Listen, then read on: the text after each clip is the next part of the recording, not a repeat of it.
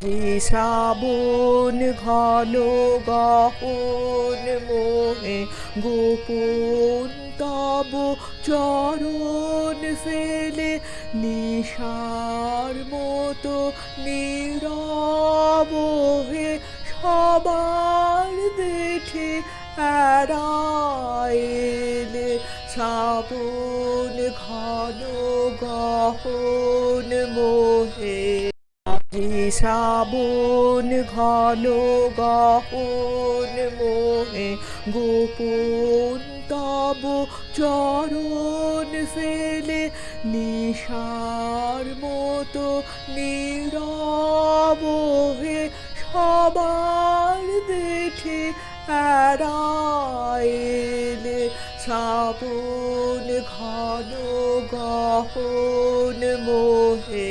আমরা এখন যাচ্ছি ডায়মন্ড হারবার। ডায়মন্ড হারবারে ইলিশ উৎসবে।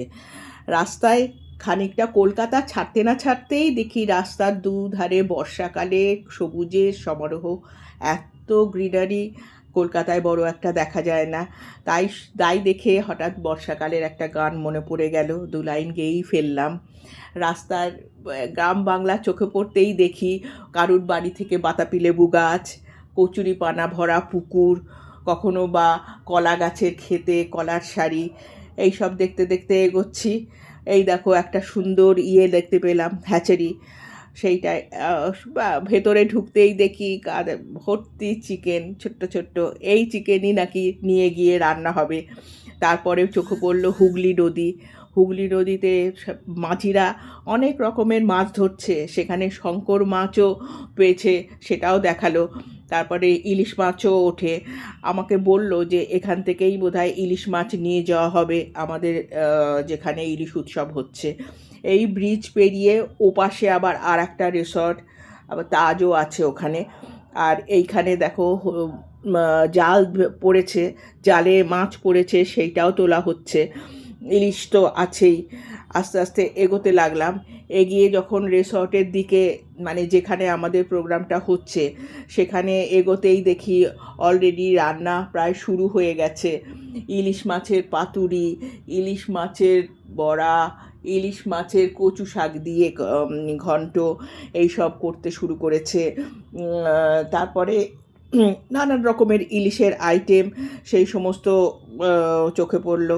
ওরা আবার আমাদেরকে পার্টিসিপেট করতেও বলল।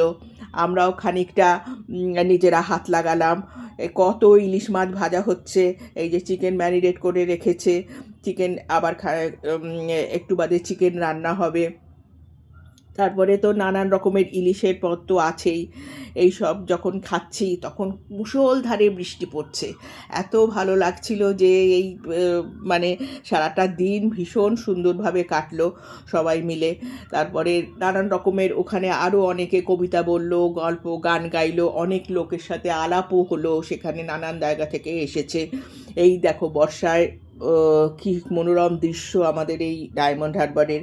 তারপরে গিয়ে মোহনার কাছে, মানে ডায়মন্ড হারবারে একদম মোহনার কাছে গেলাম।